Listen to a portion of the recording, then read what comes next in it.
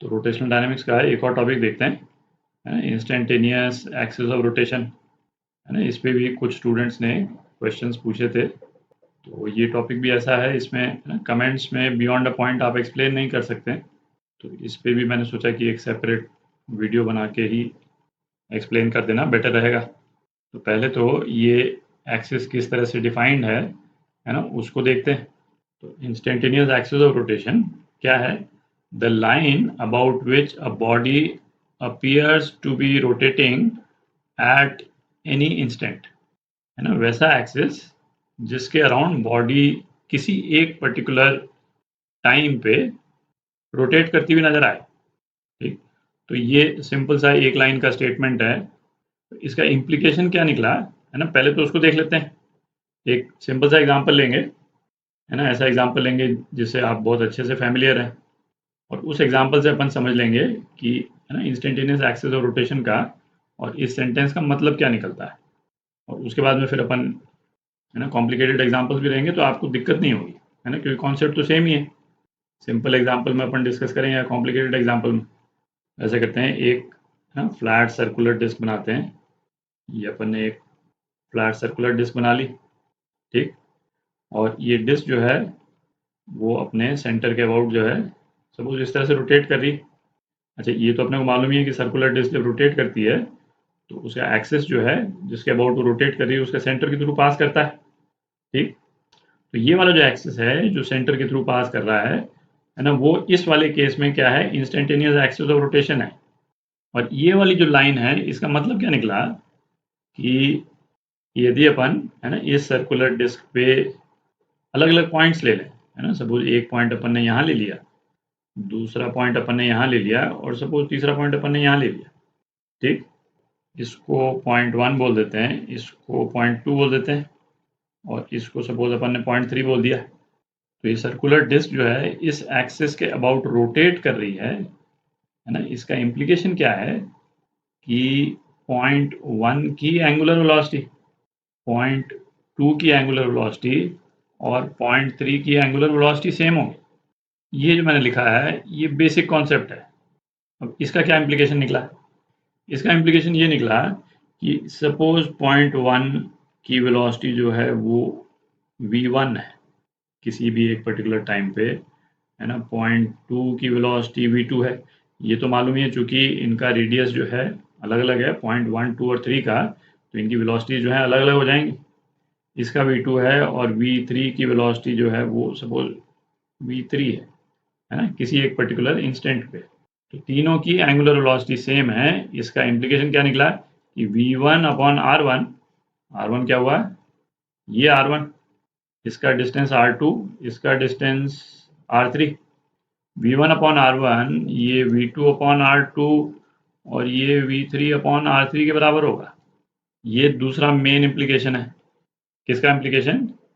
किसी भी बॉडी का, जब बॉडी किसी एक्सिस के अबाउट रोटेट करती है, इसका मतलब ये हुआ हर पॉइंट की एंगुलर वेलोसिटी सेम हुई उस एक्सिस के अबाउट, और एंगुलर वेलोसिटी सेम होने का इम्प्लीकेशन क्या है, ये हो गया। ठीक, और तीसरा इम्प्लीकेशन ये हो गया कि यदि हम किसी भी पॉइंट को इंस्टेंटेनियस एक्सिस ऑफ रोटेशन का जो इंटरसेक्शन पॉइंट है उससे हम ज्वाइन करते हैं, तो उस पॉइंट की वेलोसिटी इस लाइन के परपेंडिकुलर होगी। मतलब ये एंगल जो है 90 डिग्री होगा। इस वाले केस में तो ऑब्वियस है, बट जब हम वैसे वाले केसेस लेंगे जहाँ पे ट्रांसलेशन और रोटेशन दोनों एक साथ हो रहा हो, उस केस में भी ये होल्ड करेगा। ये 90 डिग्री है, ये भी 90 डिग्री होगा, और ये भी 90 डिग्री होगा।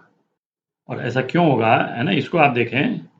तो यदि इसी को वेक्टर फॉर्म में यदि अपन लिखें, है ना, v equal to omega r, तो किसी भी एक जनरल पॉइंट के लिए लिख रहा हूँ मैं, स्पेसिफिक पॉइंट के लिए नहीं।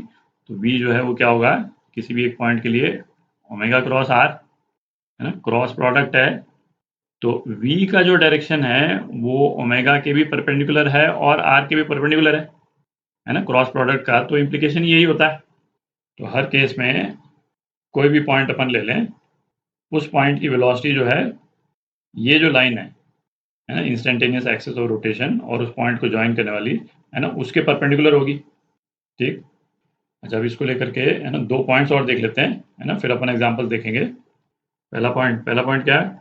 The instantaneous axis of rotation can pass through within the body और can be outside the body also, है ना। ये तो सिंपल सा अपन ने केस लिया सर्कुलर डिस्क का, अपने को मालूम है कि इसका जो एक्सिस ऑफ रोटेशन है इसके सेंटर में से पास करता है बॉडी के अंदर। बट अभी अपन एग्जांपल्स देखेंगे जहाँ पे कोई ज़रूरी नहीं है कि ये जो, नहीं, बार बार इसको बोलने की जगह इसको है ना IAR भी बोलते हैं शॉर्ट में, तो इसको IAR से डिनोट कर देंगे अपन। ठीक, तो IAR जो है वो बॉडी के थ्रू भी पास कर सकता है और बॉडी के बाहर भी हो सकता है। अच्छा, बॉडी के बाहर तो हो ही सकता है, और टाइम टू टाइम इसकी पोजीशन भी चेंज कर सकती है। भाई जैसे ये वाला इसी वाले केस में अपन देखें, यहाँ पे तो अपन ने सर्कुलर डिस्क को एक पॉइंट पे अपन ने फिक्स कर दिया, तो यहीं रोटेट कर रही है। बट सपोज ये सर्कुलर डिस्क जो है हवा में ही इस तरह से ट्रैवल कर रही होती, तो आप इमेजिन कर ही सकते हैं कि इंस्टेंटेनियस एक्सिस ऑफ रोटेशन तो इसके सेंटर में ही रहता, और उसकी लोकेशन तो चेंज करती ही रहेगी ऑब्वियसली। तो कोई भी बॉडी जो है वो ट्रांसलेशन और रोटेशन यदि दोनों कर रही हो, तो ये जो IAR जो है ना, उसकी लोकेशन चेंज होती रहेगी, है ना, कॉन्टिन्यूसली चेंज होती रहेगी। पर किसी भी एक पर्टिकुलर इंस्टेंस पे ये चीज़ होल्ड करेगी, ये चीज़ होल्ड करेगी, और ये तीनों इक्वेशंस होल्ड करेंगी। ठीक, दूसरा पॉइंट देखते हैं। दूसरा पॉइंट क्या है? फॉर अ फ्लैट बॉडी, है ना, जैसे इस केस में अपन ने फ्लैट डिस्क ली, the point at which the IAR intersects the plane of rotation. Plane of rotation मतलब जैसे इस वाले केस में, डिस्क वाले केस में, स्क्रीन जो है वो प्लेन ऑफ रोटेशन हो गया। आपकी डिस्क जो है वो स्क्रीन में पड़ी हुई है, बेसिकली ना, स्क्रीन के पैरेलल है। ठीक, और जो एक्सिस ऑफ रोटेशन है वो स्क्रीन के परपेंडिकुलर है। तो the point at which IAR intersects the plane of rotation is called instantaneous centre of rotation. और ये obviously for a flat body, है ना, फ्लैट बॉडी के लिए एप्लीकेबल है, क्योंकि इंस्टेंटेनियस एक्सिस ऑफ रोटेशन की जगह पे कई बार ये भी यूज होता है, ये फ्रेज है ना, इंस्टेंटेनियस सेंटर ऑफ रोटेशन। तो फ्लैट बॉडी के लिए ना, फ्लैट बॉडी सपोज इस शेप में है फ्लैट बॉडी, ठीक है, ये मूव भी कर रही है और रोटेट भी कर रही है सपोज, तो इसका यदि IAR इस वाले पॉइंट से पास कर रहा है, तो IAR तो एक्सिस हो गई, वो तो एक स्ट्रेट लाइन हो गई। ये ICOR जो है वो ये पॉइंट है, ये पॉइंट इस प्लेन के साथ में IAR का जो इंटरसेक्शन पॉइंट है उसको, है ना, ICOR भी बोलते हैं। ठीक, आप कुछ एग्जांपल्स करते हैं, है ना, इस बेसिक प्रिंसिपल को ध्यान में रखें, है ना, इसको अपन यूज करेंगे, बिल्कुल सिंप्लीफाई हो जाएंगे सारे एग्जांपल। ऐसा करते हैं, अलग अलग केसेस में इंस्टेंटेनियस एक्सिस ऑफ रोटेशन की जो लोकेशन है ना, उसको कैलकुलेट करते हैं। तो सपोज एक रॉड ले लें अपन, ठीक है, ये रॉड ले ली अपन ने, और इस रॉड की लेंथ जो है, लेंथ L है। ठीक, जो ये वाला पॉइंट है उसकी वेलोसिटी किसी भी एक इंस्टेंस पे, यहाँ पे सपोज 2v है रॉड के परपेंडिकुलर, और लोअर मोस्ट पॉइंट जो है उसकी वेलोसिटी सपोज इस डायरेक्शन में है v से। तो इसका यदि हमको IAR यदि निकालना है, तो पहला चीज़ तो अपन क्या करें, कोई भी दो पॉइंट ले लें जिनकी वेलोसिटीज अपने को मालूम हो, है ना। यहाँ पे जैसे ये दो पॉइंट हैं, पॉइंट A और पॉइंट B, जिनकी वेलोसिटीज अपने को मालूम है, उससे हम परपेंडिकुलर खींच दें। इससे अपन ने परपेंडिकुलर खींच दिया, और इससे भी अपन ने परपेंडिकुलर खींच दिया। अच्छा, इस वाले केस में तो ये दोनों परपेंडिकुलर जो है वो कॉमन ही हो जाएंगे। तो अपने को एक चीज़ तो कंफर्म हो गई, क्या, कि IAR जो है वो इस लाइन पे लाई करेगा। ठीक, और इस लाइन पे क्यों लाई करेगा, है ना, ये अभी अपन ने देखा। यहाँ पे अपन ने क्या डिस्कस किया कि IAR से किसी भी पॉइंट तक यदि अपन लाइन लेके जाते हैं, तो वेलोसिटी जो है उस पॉइंट की उस लाइन से परपेंडिकुलर होगी। तो इस वाले केस में यही हो रहा है, IAR कहीं पे भी लोकेटेड है ना, यहाँ पे अपन अंदाज लगा ही सकते हैं IAR यहाँ पे कहीं पे लोकेटेड होगा, सेंटर में तो नहीं है क्योंकि वेलोसिटी डिफरेंट है। तो इस वाले पॉइंट को यदि हम इस वाले पॉइंट से ज्वाइन कर देते हैं, तो ये 2v वाली जो वेलोसिटी है इसके परपेंडिकुलर है, ये परपेंडिकुलर होना जरूरी है। ठीक, तो एक तो ये हो गया, ये अपने को आइडिया लग गया कि रफली IAR कहाँ लाई करेगा, परपेंडिकुलर्स बना करके, है ना, अपन ने आइडिया ले लिया। अच्छा, अब क्या, इस डिस्टेंस को अपन x बोल देते हैं, और ये डिस्टेंस क्या हो जाएगा, L-x हो जाएगा। और हमको क्या मालूम है, ये दोनों पॉइंट A की जो एंगुलर वेलोसिटीज हैं वो सेम है ना। तो इसका इम्प्लीकेशन क्या हो गया कि 2v अपॉन L-x, ये किसके बराबर हो गया, v अपॉन x, है ना, v/r। तो इसको आप सॉल्व कर लें, तो x की क्या वैल्यू आ जाती है, L/3 आ जाती है। तो इंस्टेंटेनियस एक्सिस ऑफ रोटेशन इस वाले पॉइंट के थ्रू पास करेगा और इस वाले पॉइंट को अपन ICOR भी बोलते हैं, ठीक है, सेंटर ऑफ रोटेशन। एक और एग्जांपल लेते हैं अगेन। अच्छा, यहाँ पे मैं एक चीज़ बोल दूँ, जैसे यहाँ पे तो अपन ने एक स्ट्रेट रॉड ली थी, यदि कोई इरेगुलर शेप भी होता ना, जैसे सपोज शेप जो है वो कुछ इस टाइप का होता, ठीक है, इस टाइप का भी यदि शेप होता ना, जिसमें कोई दो रैंडम पॉइंट्स अपन ले लेते, एक पॉइंट यहाँ पे और एक पॉइंट यहाँ पे, और ये वेलोसिटीज यदि दी हुई होती कि इस पॉइंट की वेलोसिटी ये और इस पॉइंट की वेलोसिटी ये, और हमसे पूछा होता कि भाई IR निकालें, है ना, या ICOR निकालें, तो हमारा लॉजिक सेम होता, उस टाइम पे भी लोकेशन सेम ही आती, हमको केवल 2 पॉइंट चाहिए। आप देख रहे हैं, इस इरेगुलर बॉडी में भी यदि यही चीज होती कि 2 पॉइंट्स के बीच में डिस्टेंस L है ना, एक की वेलोसिटी इस डायरेक्शन में 2v या एक दूसरे की वेलोसिटी इस डायरेक्शन में v, तो ICOR की लोकेशन यही आती, ठीक। जब एक और एग्जांपल लेते हैं अगेन, अपन ने कोई रॉड ले ली, है ना, अगेन मैं दोबारा बोल दूं कि ये तो रॉड तो अपन अपने विजुअल पॉइंट ऑफ व्यू से सिंप्लीफाई करने के लिए अपन ने रॉड का एग्जांपल ले लिया। रॉड के चारों तरफ जो है इसको एक किसी प्लेट में आप डाल दें इरेगुलर टाइप की, है ना, रिजल्ट सेम ही आएगा, ठीक। इस वाले पॉइंट की वेलोसिटी इस डायरेक्शन में है 2v और इस पॉइंट की वेलोसिटी इस डायरेक्शन में है v। आप देख लें अगेन इस वाले केस में भी पहला काम तो क्या हम क्या करें कि वेलोसिटी वाला जो वेक्टर है उसके परपेंडिकुलर लाइन अपन खींचें, ताकि अपने को ये तो मालूम चली जाएगा कि ICOR जो है वो इस लाइन पे लाई करेगा, ठीक। तो इस वाले केस में आप देख ही सकते हैं कि भाई ICOR जो है इस रॉड के बीच में तो लाई नहीं कर रहा, क्योंकि दोनों वेलोसिटी जो है वो सेम ही डायरेक्शन में है। ये रॉड एक तरह से यहाँ पे कोई पॉइंट है वहाँ से बंधी हुई नजर आ रही और इस तरह से रोटेट कर रही। आप देख रहे हैं भाई, इतना तो आप इमेजिन कर ही सकते हैं, ये वाली वेलोसिटी कम है क्योंकि इसका एक्सिस ऑफ रोटेशन से डिस्टेंस कम है ना, एंगुलर वेलोसिटी तो दोनों की सेम है। तो इस वाले पॉइंट को यदि अपन x बोल देते हैं और लेंथ अगेन है ना, ये तो L ही है, तो फंडामेंटल पॉइंट इस वाले केस में भी अपन क्या यूज़ करेंगे भाई, एंगुलर वेलोसिटी सेम है दोनों की विथ रिस्पेक्ट टू ये वाला पॉइंट है ना, पॉइंट P। तो ये क्या हो जाएगा 2v upon L plus x is equal to v upon x. तो x जो है वो क्या आ जाता है, L के बराबर आ जाता है, ये डिस्टेंस जो है वो L है। तो एक चीज़ तो आपको दिखी गई कि ICOR जो है बॉडी के बाहर भी हो सकता है। अच्छा, अब हम प्योर रोलिंग का केस देखते हैं। प्योर रोलिंग के केस में सपोज है ना, इस तरह से डिस्क जो है वो प्योर रोलिंग कर रही है, तो हमको यदि ICOR का लोकेशन पता करना है, ये तो हमको मालूम है कि ICOR का लोकेशन क्या होता है ना, लोअर मोस्ट पॉइंट होता है। ये तो जब अपन ने प्योर रोलिंग डिस्कस किया था वहाँ अपन ने डिस्कस किया था, पर अभी जो अपन ने कॉन्सेप्ट देखा इसका, है ना, IAR का जो कॉन्सेप्ट देखा उसको लगा करके अपन सेम रिजल्ट डिराइव कर सकते हैं।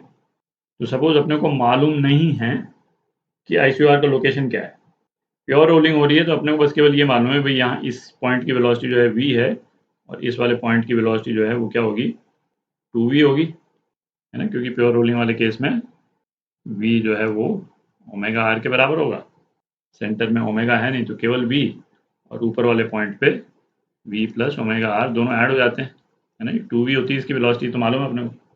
तो सेंटर से सपोज x डिस्टेंस पे अपन ICOR को इमेजिन कर लेते हैं, तो अगेन है ना, ये पॉइंट A ये point B, omega A with respect to जो भी ICOR वाला पॉइंट है ओमेगा B के बराबर होना चाहिए। तो 2v अपॉन ये क्या है, ये r प्लस एक्स, ये किसके बराबर हो जाएगा v अपॉन एक्स के बराबर हो जाएगा। इसका मतलब क्या हो गया, x जो है वो r के बराबर हो गया, देख रहा है, x r के बराबर, मतलब वही रिजल्ट आ गया अपने पास में। जो पॉइंट ऑफ कॉन्टैक्ट है वो ICOR है, और इसी प्योर रोलिंग को यदि हम मूविंग प्लेटफॉर्म पे रख दें तब हमारा ICOR कहाँ पे नज़र आएगा उसको देख लेते हैं। बिल्कुल सिंपल से कॉन्सेप्ट से अपन ने शुरू किया और आप जो है वो उसी को यूज़ करके किसी भी सिचुएशन में लगा सकते हैं। अच्छा, अब हम देख कहाँ से रहे हैं, है ना, आप पिछला वीडियो भी उसको आपने देखा ही होगा, मैं प्रिज्यूम कर रहा हूँ, है ना, उस पर डिपेंड करेगा कि ICOR कहाँ नज़र आएगा।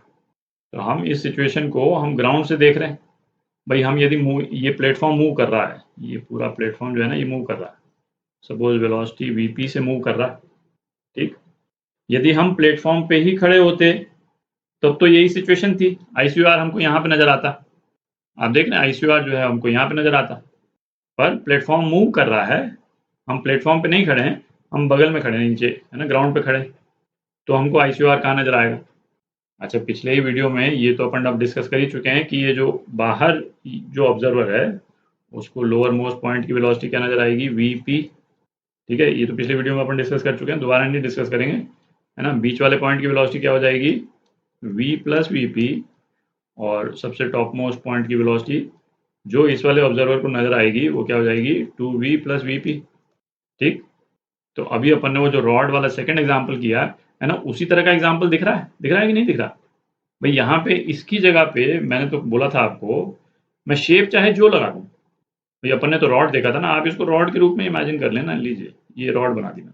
तो इस एग्जाम्पल में और इसके जस्ट पहले जो अपन ने एग्जाम्पल किया था रॉड वाला, उसमें कोई डिफरेंस रह नहीं गया, आप देख रहे हैं।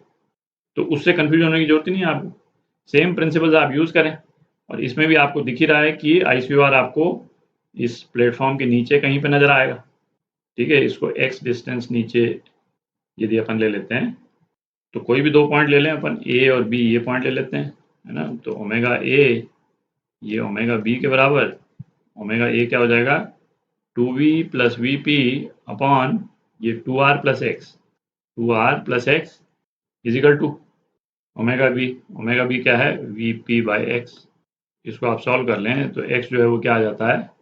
VP R बाय V, या फिर, है ना, VP by omega, V by R क्या है? ओमेगा है, ठीक। तो इसमें है ना, फिर ये कंफ्यूजन आपके दिमाग में नहीं आना चाहिए कि भाई जो ऑब्जर्वर बाहर खड़ा है उसको एक्सिस ऑफ रोटेशन यहाँ नज़र आ रहा है, और जो ऑब्जर्वर जो मतलब प्लेटफॉर्म के ऊपर है उसको इंस्टेंटेनियस एक्सिस ऑफ रोटेशन यहाँ नज़र आ रहा है। क्योंकि भाई इंस्टेंटेनियस एक्सिस ऑफ रोटेशन तो डिपेंड करता है हर पॉइंट की वेलोसिटी क्या नज़र आ रही है, उस पर डिपेंड कर रहा है ना सारा। जो अलग अलग पॉइंट्स की वेलोसिटी अलग अलग नज़र आएगी तो ICUR की लोकेशन भी अलग नज़र आएगी, ठीक। तो इन पॉइंट्स को ध्यान में रखें।